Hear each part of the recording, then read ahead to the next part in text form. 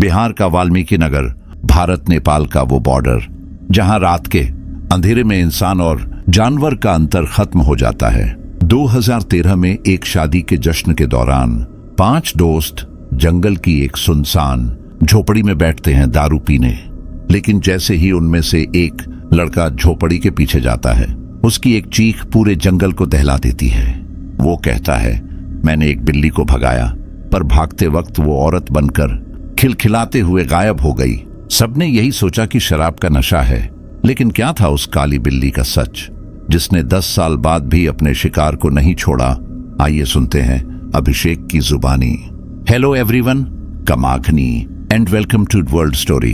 फिर से आप लोगों के सामने एक और रियल सुपरनैचुरल एक्सपीरियंस लेकर ये रियल हॉरर स्टोरी हमारे साथ अभिषेक सिंह ने शेयर की है। यह बिहार के पूर्वी चंपारण जिले के त्रिलोकिया गांव के रहने वाले हैं। पेशे से ये एक इंजीनियर हैं और ये इंसिडेंट तब का है जब ये अपने इंजीनियरिंग के फाइनल ईयर में थे। 2013 में इनके मामा जी की शादी थी। ये अपने पापा, माँ, छोटे भाई और अपनी बहन के साथ गांव गए थे। उनकी शादी में, अब बिहार में शादी से पहले ना बहुत सारी रस्में होती हैं, जिसमें शुभ तिलक और पूजा मटकोर शामिल है। पूजा मटकोर में भगवान सत्यनारायण की कथा होती है और शुभ तिलक में बहुत सारे गाने बजाना, नाच कूद और सब कुछ एंजॉयमेंट होता है। तो इनके मामा जी का गांव वाल्मीकि नगर में आता था और यह गांव बिल्कुल नेपाल और बिहार के बॉर्डर पर है। मालवी वाल्मीकि नगर एक टाइगर रिजर्व सेंटर भी है, जिसमें करीबन 25 से 30 के आसपास टाइगर्स हैं। इस जंगल के बीचों बीच बूढ़ी गंडक नदी गुजरती है और पहाड़ों और जंगलों से होते हुए यह गंगा नदी में मिल जाती है। वाल्मीकि नगर का जंगल इसलिए भी जाना जाता है कि इस जंगल में महर्षि वाल्मीकि एक डाकू थे और ब्रह्मदेव की इच्छा और नारद मुनि के कहने पर इसी जंगल में उन्होंने रामायण महाकाव्य की रचना की थी। और इस जंगल में ही इनके मामा का छोटा सा गांव था। एक्चुअली लोकेशनेशंस का आइडिया देना बहुत इंपॉर्टेंट है। यहां पर आपको यह पता होना चाहिए कि किस लोकेशन से स्टोरी आई और वहां पर क्या क्या था। स्टोरी में आगे मैं आपको वीडियो प्रूफ्स भी देने वाला हूं उन जगहों के जहां पर यह सब कुछ हुआ था। तो अभिषेक ने हमसे सारे जो भी उनके पास पॉसिबल वीडियोस थे वो शेयर किए हैं, फोटो शेयर किए हैं और एक बहुत ही अजीब सी घटना भी उन्होंने शेयर की, जो आगे आपको वीडियो में देखने को मिलेगी।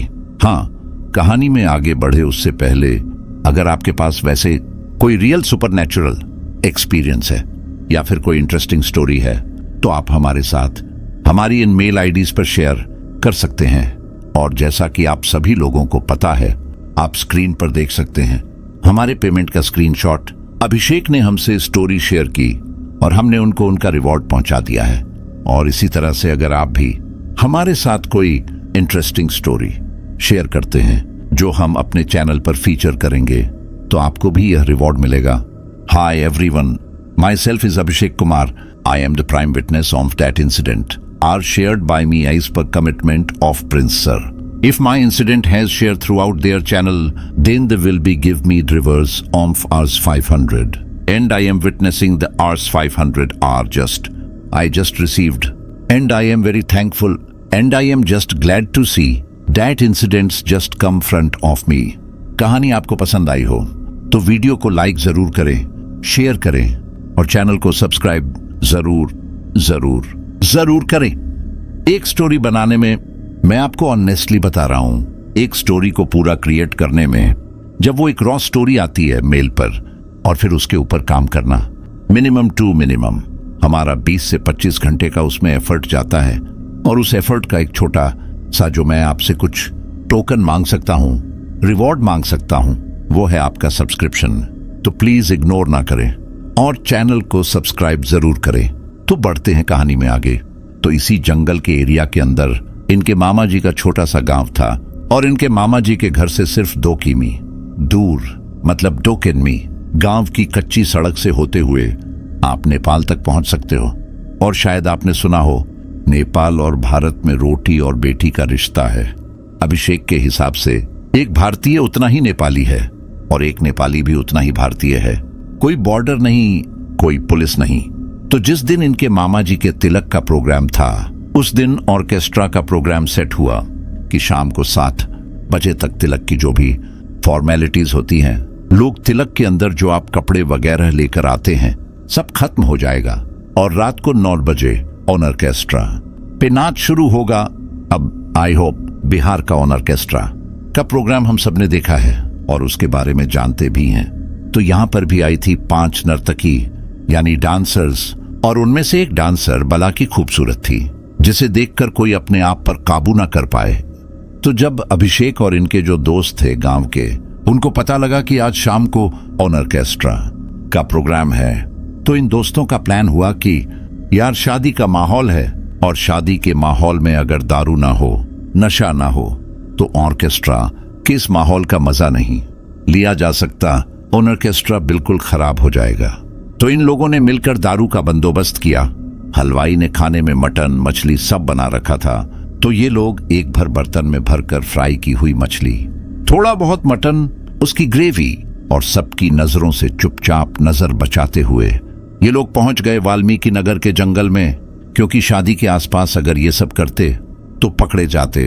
आप जानते हैं यंग एज के अंदर पकड़े जाने का डर ज्यादा होता है, और उन्हें बहुत अच्छे से पता था कि जानवरों के डर की वजह से गांव में से कोई भी उस तरफ नहीं आएगा। वहां से चलकर ये नदी के किनारे पहुंचे और वहां पहुंचकर ये जगह ढूंढने लगे।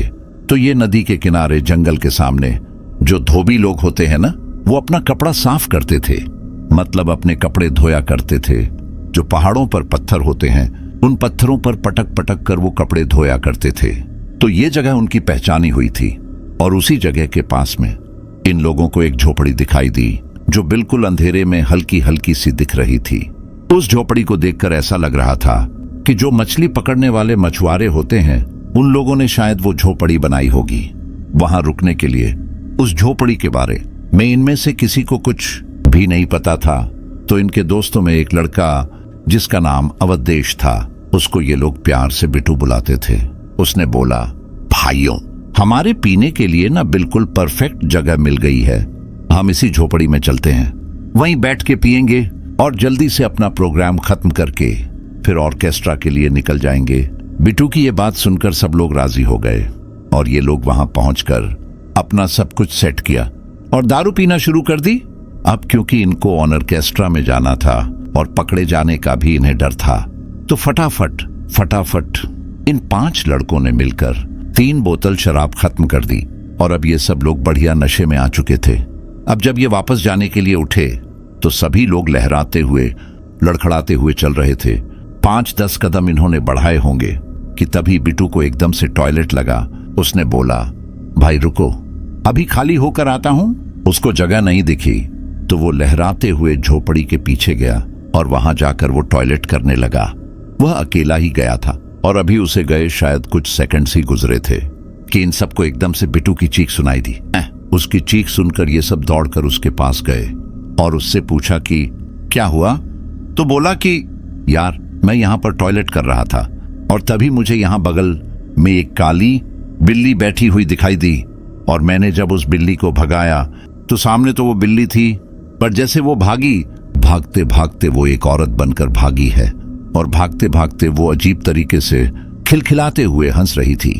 अब एक ड्रंक इंसान से ये बात सुनकर आपका रिस्पांस कैसा होगा?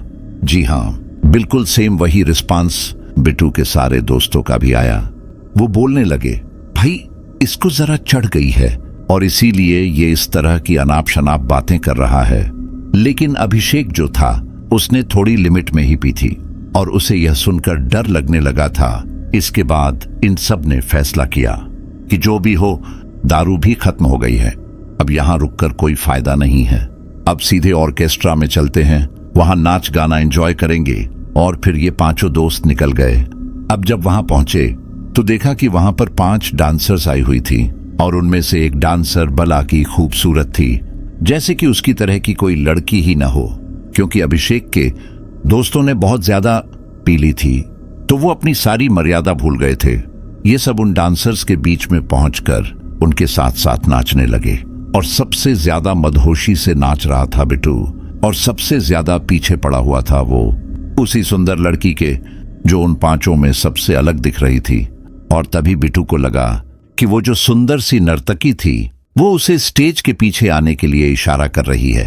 बिट्टू तो पहले ही उसके रूप के पीछे पागल हो चुका था। वो उसके पीछे पीछे चलता गया, आगे आगे वो लड़की और पीछे पीछे वो बिट्टू। और जब बाकी के दोस्तों ने नोटिस किया कि बिट्टू बहुत देर से यहां से गायब है, तो वो उसे इधर उधर ढूंढने लगे। उन्होंने उसे टेंट के पीछे ढूंढा, आसपास देखा, भीड़ में देखा, लेकिन बिट्टू कहीं पर भी नहीं था। करीबन 1 घंटा तक उसको ढूंढने के बाद जब लोग स्टेज के पीछे थोड़ा और अंदर की तरफ गए, तो कुछ कदम आगे बढ़ाने पर पहले उन्हें उसका शर्ट मिला, फिर कुछ दूर और आगे चलने पर उसका बनियान, फिर कुछ दूर और चलने पर उसका पेंट, और फिर कुछ और दूर चलने पर उसका अंडरवियर। उस ट्रेल को फॉलो करते करते जब ये जंगल में और अंदर गए, तो बांस से भरे उस जंगल में बिट्टू उनकी आंखों के सामने बदहवास और नंगा पड़ा था। उसके प्राइवेट पार्ट से खून निकल रहा था और उसका सीमन उसके शरीर पर ही फैला हुआ था। वो दौड़कर बिट्टू के पास गए, उसे आवाज लगाई, लेकिन वो बेहोश पड़ा हुआ था।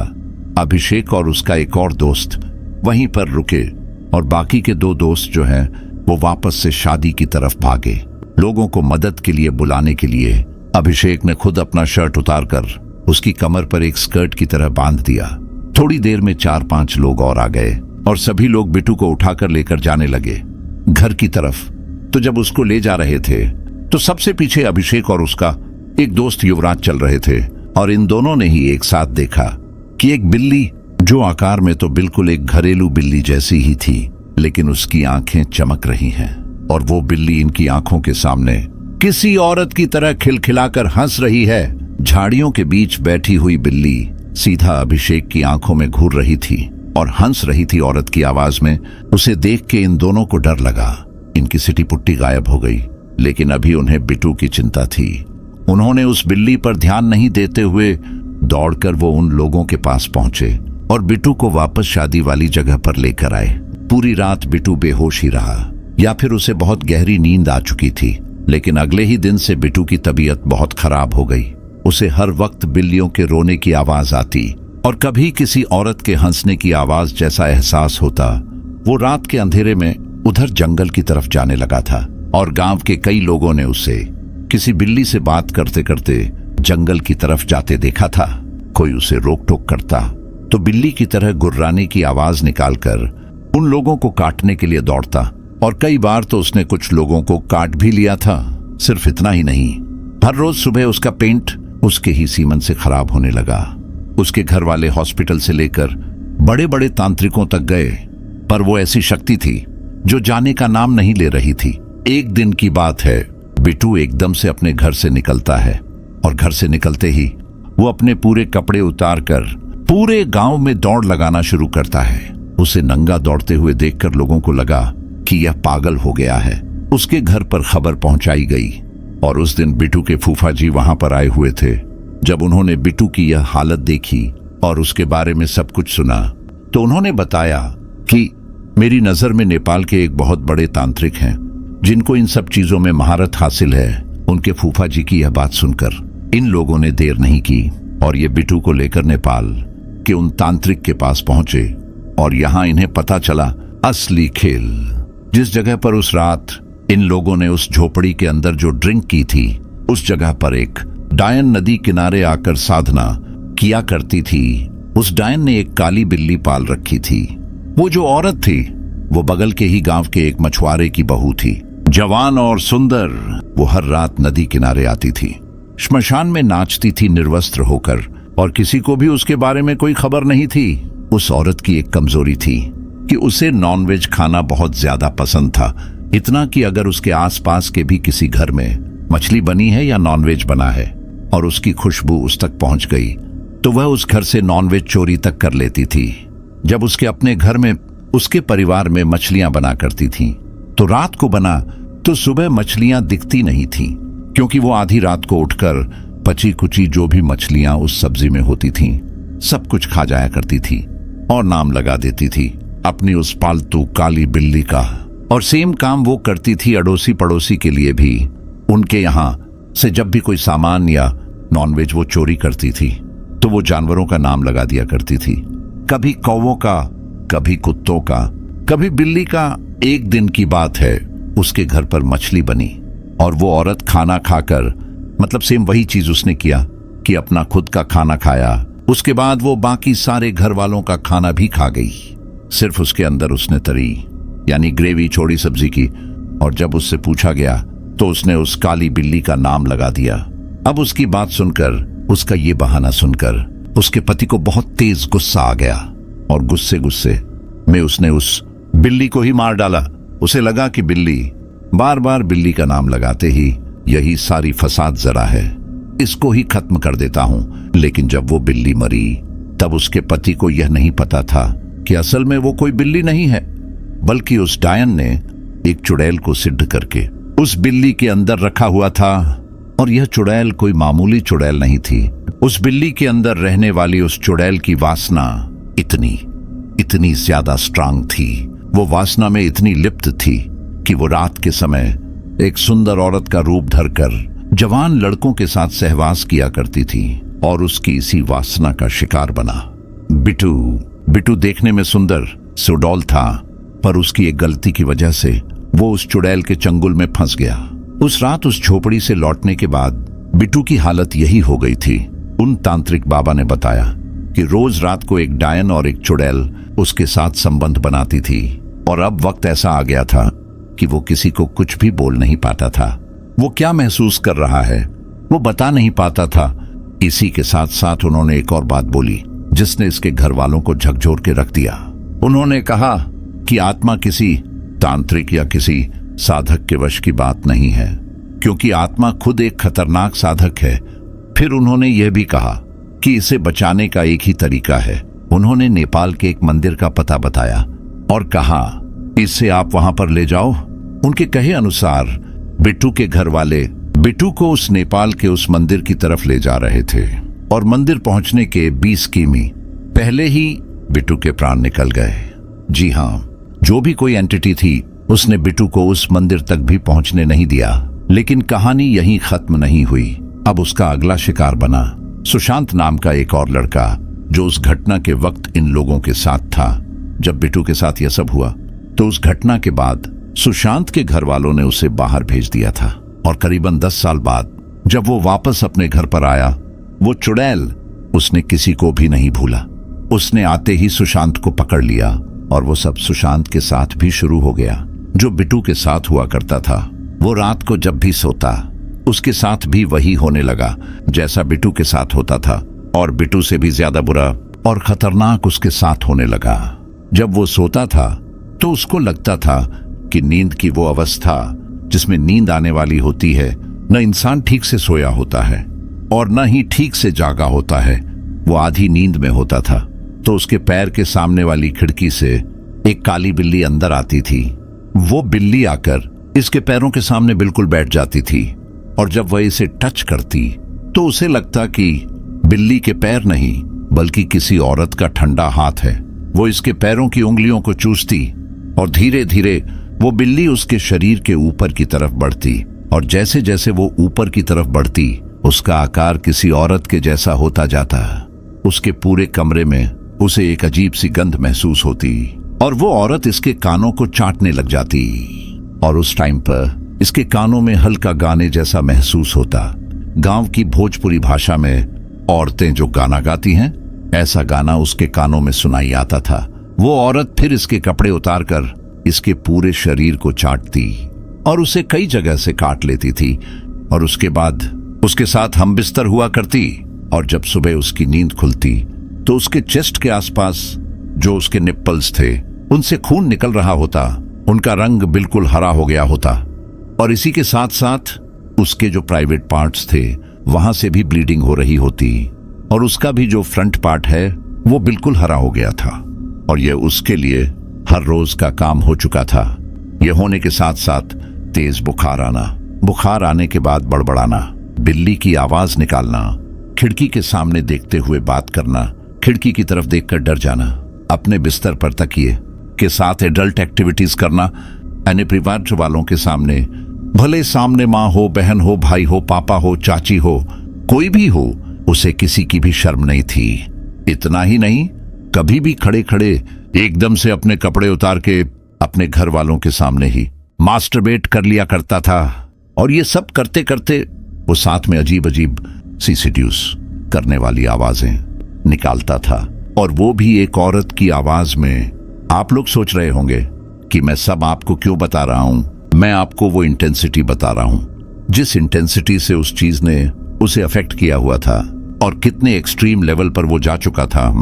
और ऐसे ही एक दिन जब उसे तेज बुखार था, वो एकदम से कुछ बड़बड़ाने लगा, खुद से बात करने लगा। अब उसकी इन हरकतों को देखकर उसे हॉस्पिटल ले जाया गया। वहां पर डॉक्टर को बताया गया तो डॉक्टर ने पहले उसके बुखार का इलाज किया, और वो कुछ और ऐसा न करे। उसकी जो हिस्ट्री सुनी थी डॉक्टर ने, तो उसे बेहोश वहां पर कर दिया गया था। उसको एक पर्सनल वार्ड में रखा गया था। उसके पापा और उसके फूफा जी वहीं पर थे, और उसकी देखरेख एक कंपाउंडर लड़का कर रहा था जिसकी उम्र करीबन 22 साल के आसपास रही होगी। रात को उसके पापा और उसके फूफा रूम से बाहर, वार्ड से बाहर हॉल में बैठे हुए थे, और वो कंपाउंडर, इसे कंपाउंडर नहीं, उसे हम लोग मेल नर्स बोलेंगे, तो जो मेल नर्स लड़का था वो रात को 12-13 बजे के आसपास सुशांत के पास जाता है, और वो उसका टेम्परेचर चेक करने के लिए थर्मामीटर उसके मुंह में लगाने वाला था कि सुशांत ने उस लड़के का हाथ पकड़ लिया, और हाथ पकड़कर बड़े ही सीड्यूसिंग तरीके से वो उस लड़के की उंगली को चूसने लगा। वो लड़का कुछ और सोच पाता, समझ पाता, तब तक सुशांत एकदम से खड़ा हुआ। उसने उस लड़के को वार्ड में नीचे पटक दिया, उसकी पेंट उतारकर। वो उसके साथ गलत हरकतें करने लगा। वो लड़का एकदम से बहुत तेज चिल्लाया, और उसकी चीख सुनकर बाहर से उसके फूफा, पापा और बहुत सारे लोग आकर वार्ड में जमा हो गए। और जो वार्ड का नजारा सब लोगों ने देखा, किसी को कुछ भी समझ में नहीं आ रहा था कि वो ये सब क्या देख रहे हैं। सबने देखा कि वो जो वार्ड बॉय लड़का था वो नीचे पड़ा हुआ था। सुशांत बिल्कुल नंगा होकर उसकी छाती पर बैठा हुआ था, और उस वार्ड बॉय के मुंह पर वो टॉयलेट कर रहा था, बिल्कुल उस तरीके से जैसे फीमेल्स बैठकर टॉयलेट किया करती हैं। और हद तो तब हो गई जब वो एक औरत जैसी आवाज और एक्सप्रेशन में भोजपुरी में बोलता है, रे सुनैनी के मातारी ई मर्दा सबके लाज न बाका रे। सब भी हुआ खड़ा होकर देखतवा। कहने का मतलब ये हुआ कि ए सुनैनी की मां, ये सारे मर्द जो यहाँ पर खड़े हुए हैं, इनको लाज शर्म नहीं है क्या? एक औरत को पेशाब करते हुए देख रहे हैं। यह हरकत देखकर वहां से लोग भागे, और जो हेड नर्स थी उसे बुलाकर लेकर आए। रात को डॉक्टर वहां पर नहीं थे। नर्स ने डॉक्टर से बात की तो डॉक्टर ने कहा, इसे बेहोश रखो। सुबह आकर मैं देखता हूं उसे बेहोश किया गया। और जब डॉक्टर सुबह आए, उन्होंने चेक किया तो उन्होंने बताया कि इसे सिर्फ बुखार नहीं है, इसे कोई गुप्त रोग भी है, क्योंकि इसके प्राइवेट पार्ट से धात निकल रहा है, एक वाइट चिपचिपा पदार्थ जो कि सीमन नहीं है। यह इसको उत्तेजित कर रहा है, और बुखार भी ज्यादा थी, तो ये उत्तेजना में ऐसी हरकत कर बैठा है। इसे किसी गुप्त रोग के डॉक्टर को दिखा लेना चाहिए। फिर उसे एक ऐसे डॉक्टर के पास ले जाया गया, और वहां से भी उसका इलाज चलने लगा। धीरे धीरे उसकी हालत में 5 से 10% का सुधार आया, और यह सुधार देखकर उसके घर वालों को एक उम्मीद बनने लगी कि कम से कम चीजें अब ठीक तो होने लगी हैं। लेकिन जब इसके साथ ये जो दिक्कत कम होने लगी, जहां पर ये उत्तेजित हो जाया करता था, तो फिर धीरे धीरे लोग इसके पास आने लगे। पहले तो इससे कोई मिलता जुलता भी नहीं था, और सबसे जो खतरनाक बात थी वो यह थी कि लड़कियों को इससे कोई खतरा नहीं था, बल्कि नई उम्र के जो लड़के होते हैं उनको इससे सबसे ज्यादा खतरा था, क्योंकि मौका देखते ही वो इनको पकड़ लिया करता था। पर लगातार चलने वाली दवा और घर के पूजा पाठ और सात्विक माहौल का धीरे धीरे कुछ फर्क पड़ा। ऐसा लग रहा था कि लड़का अब धीरे धीरे ठीक हो रहा है। अब कभी भी इसको अकेले नहीं रहने दिया जाता था। इसके साथ इसके पापा, कभी इसका भाई, कभी फूफा, तो कभी पड़ोस में रहने वाले एक चाचा रहा करते थे, और वो इसके आसपास ही सोया करते थे। पर फिर एक रात ऐसा होता है कि ये लोग समझ नहीं पाते कि आखिर ये लड़का ठीक भी हो पाएगा या फिर नहीं। एक रात की बात है, इसी का छोटा भाई इसके साथ सोया था। रात के करीबन 1 बजने वाले थे, और यह वो दिन था जब उसका छोटा भाई भी महसूस करने वाला था उन ताकतों को जो हमारी सोच से परे होती हैं। ये दोनों भाई वहां पर सोए हुए थे, और बाहर जंगल की ठंडी हवा और जंगल के सन्नाटों में से हल्का हल्का एक औरत के लोकगीत गाने की आवाज इनके खिड़की से आ रही थी। पहले वो आवाज दूर से आ रही थी, और धीरे धीरे वो आवाज खिड़की के करीब आती जा रही थी। ये आवाज सुशांत का छोटा भाई भी सुन पा रहा था। धीरे धीरे जैसे आवाज और क्लोज आ गई और एकदम से आवाज बंद हुई, तो उसके भाई ने देखा कि एकदम से खिड़की खुलती है और उस खुली खिड़की पर एक काली बिल्ली बैठी है जिसकी आंखें चमक रही हैं। और देखते देखते उसके भाई की आंखों के सामने वो बिल्ली के चेहरे के अंदर ही उसे एक औरत का चेहरा दिखाई देने लगा। पहले उसे सिर्फ आंखें दिखीं और उसके बाद पता ही नहीं चल रहा था कि वो आंख बिल्ली की है या किसी औरत की। वो खिड़की से अंदर आई और अंदर आई सिर्फ उसकी मुंडी। उसके भाई की आंखों के सामने एक औरत का सिर जमीन पर रेंगते हुए उनकी तरफ बढ़ रहा था। डर के मारे उसके भाई ने टॉर्च ऑन की और जैसे उसने टॉर्च ऑन की, उसे ऐसा लगा कि वो सिर एकदम से वापस से घूम गया, उल्टा दीवार से टकराकर खिड़की से होते हुए वो वापस भाग गया। ये देखकर उसके अंदर थोड़ी हिम्मत आई। वो उठकर बाहर जाकर उसने टॉर्च जलाकर देखा तो बाहर कोई भी नहीं था, लेकिन ये एक्सपीरियंस उसके लिए उसे झकझोर देने वाला, हिला देने वाला था। जैसे तैसे करके वो शांत हुआ। उसका भाई सुशांत अभी भी वहीं पर सोया हुआ था। थोड़ी देर के बाद जब सुशांत के छोटे भाई को नींद आई तो वो एक सपना देखता है कि एक बहुत खूबसूरत सी औरत उसके बेड के पास आ गई है और वो उसके शरीर को सहला रही है और अपने हाथों से उसकी पेंट उतारकर उसे मास्टरबेट कर रही है। और जैसे ही वो एक्साइट होकर इजाकुलेट होने वाला होता है, तभी एकदम से उसकी आंख खुलती है और वो देखता है कि वो जो कुछ भी फील कर रहा था वो सपना नहीं था, बल्कि कोई और नहीं, उसका बड़ा भाई यह सब कर रहा था। और वो एक औरत की आवाज में खिलखिलाकर हंसे जा रहा था। उसने अपने भाई को लात मारी और उसी हालत में वो चिल्लाता हुआ घर से बाहर भागा। और आप विश्वास नहीं करोगे, वो इतनी तेज चिल्लाकर भागा कि पूरा घर और घर के आसपास के जो 10-15 घर थे, उन सब के लोग बाहर निकलकर जमा हो गए। और फिर जिसने ये सुना वो सब सुनकर हक्के पक्के रह गए कि ऐसा कैसे हो सकता है। फिर थक हार कर घर वाले उसे वापस से नेपाल के उसी मंदिर में ले गए जहां पर पिछली बार बिट्टू को ले जाने को कहा गया था। और वहां जो पंडित थे उन्होंने सुशांत को देखा और फिर उसके बाद उन्होंने चीजों को बताना शुरू किया। उन्होंने बताया कि एक बिल्ली है जो दक्षिण दिशा से एक जंगल से आती है। वो एक समय में धोबी की बीवी हुआ करती थी। वो धोबन एक बार कपड़ा लेकर वहां पर साफ करने आई थी और शाम को उसे जाने में देर हो गई थी, तो वह टिफिन में अपने लिए खेतों में मिलने वाली छोटी पोटिया मच्छी और मक्के की रोटी लाई थी। उस मच्छी की गंध महसूस करके वो जो चटोर और लालची डायन थी, पीछे झोपड़ी की तरफ से वो वहां से आ रही थी और उसकी बिल्ली भी उसके साथ थी। वो रात अमावस की रात थी। वो डायन बिल्कुल निर्वस्त्र थी और आज ही उसने एक बच्चे को मिट्टी से निकालकर, मतलब उसकी लाश को मिट्टी से निकालकर उसके ऊपर कोई क्रिया की थी। ये उसकी रात थी और जैसे ही वहां पहुंचती है उसे वो मछली की खुशबू आई। वो बिल्कुल पागल हो गई। वो जैसे ही उसकी तरफ बढ़ती है तो वह देखती है कि एक औरत वहां पर बैठी हुई है और तभी एक लड़का सामने चलकर आ रहा है। उसके हाथ में ताड़ी की 4 बोतल है। उस लड़के के आते ही वो धोबन उससे लिपट जाती है। वो लड़का पहले ताड़ी पीता है, वो धोबन भी ताड़ी पीती है। दोनों मछली खाते हैं और कांटों को वहीं पर इधर उधर फेंक देते हैं। फिर वो धोबन और लड़का दोनों आपस में शारीरिक संबंध बनाते हैं। ये सारी बातें डायन देख रही है खड़ी होकर और उसके हाथ में उसकी वो काली बिल्ली है। वो खड़े होकर सारी चीजों को महसूस कर रही थी।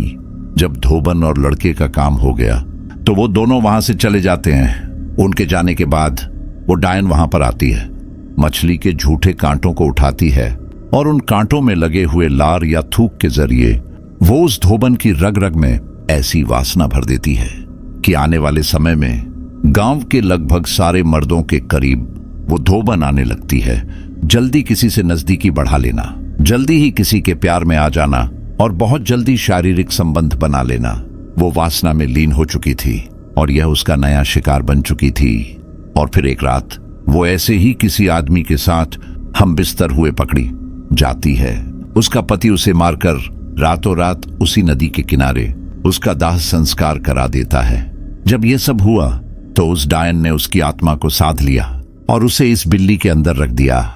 जैसा मैंने आपको पहले बताया, डायन की हरकतों की वजह से बिल्ली को भी उसके पति ने मार डाला था और अब वो बिल्ली और वो औरत दोनों की आत्माएं आजाद होकर उस डायन के जंगल में आ चुकी हैं और उसी के शिकार हुए हैं वो बिट्टू और ये सुशांत। और इसीलिए इनकी हरकतें ऐसी हैं क्योंकि अब उस औरत की आत्मा ने सुशांत को पकड़ लिया है और वो अपनी वासना को उसके जरिए पूरा करना चाहती है।